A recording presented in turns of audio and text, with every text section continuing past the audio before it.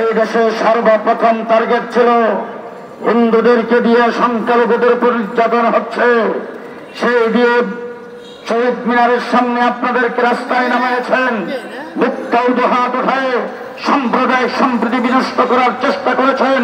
তখন আজকে মনে থাকার কথা, হিন্দু ভাইদেরকে মনে করে দিতে চাই, আপনাদের উপরে আওয়ামী লীগ, ছাত্রলীগ, যুবলীগের দ্বারা আক্রমণ করে সাম্প্রদায়িক সম্প্রীতি নষ্ট করত।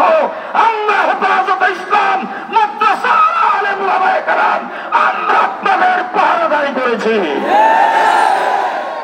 গত কয়েকদিন আগে দুর্গা পূজা গেছে আপনাদের, ভারতে এত শান্তিতে পূজা পালন করতে পারে নাই, আমরা যেইভাবে আপনাদেরকে পালন করতে দিয়েছি। সুতরাং আপনারা আমাদের নাগরিক ভাই, বাংলাদেশে বসবাস করবেন, সুযোগ সুবিধা কম গ্রহণ করেন নাই, আপনারা প্রধান বিচারপতি পর্যন্ত হয়েছেন। আমাদের আপত্তি নাই, মন্ত্রী হন, মিনিস্টার হন, বড় অফিসার হন, কিন্তু বাংলাদেশে ইসলাম আর মুসলমানদের বিরুদ্ধে ষড়যন্ত্র করবেন, পরিষ্কার বলে দিতে চাই আমরা পোল্ট্রি মুরগি নয়। আমাদের মাদ্রাসা, স্কুল, কলেজ, ইউনিভার্সিটিতে পোল্ট্রি মুরগি পালি না। শেষ কথা বলতে চাই, কারো কারো এখনো আওয়ামী লীগ খালাতো ভাই, আওয়ামী লীগ সরকারের বিরুদ্ধে নির্যাতিত হয়েছেন, নিপীড়িত হয়েছেন, গুম হত্যা হয়েছে অনেক, তারপরেও এখন আপনাদের কথাবার্তায় বোঝা যাচ্ছে তারা খালাতো ভাই, আপনাদের জন্য মনে একটু দুঃখ।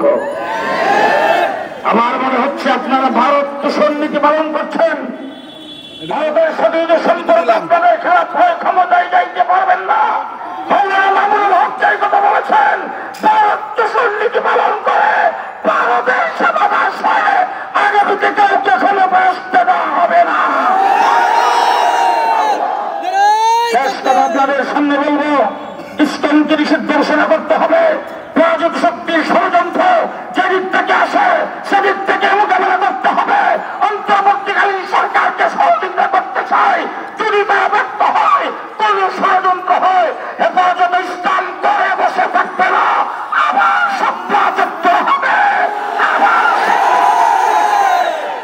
সভ্যযুক্ত হবে।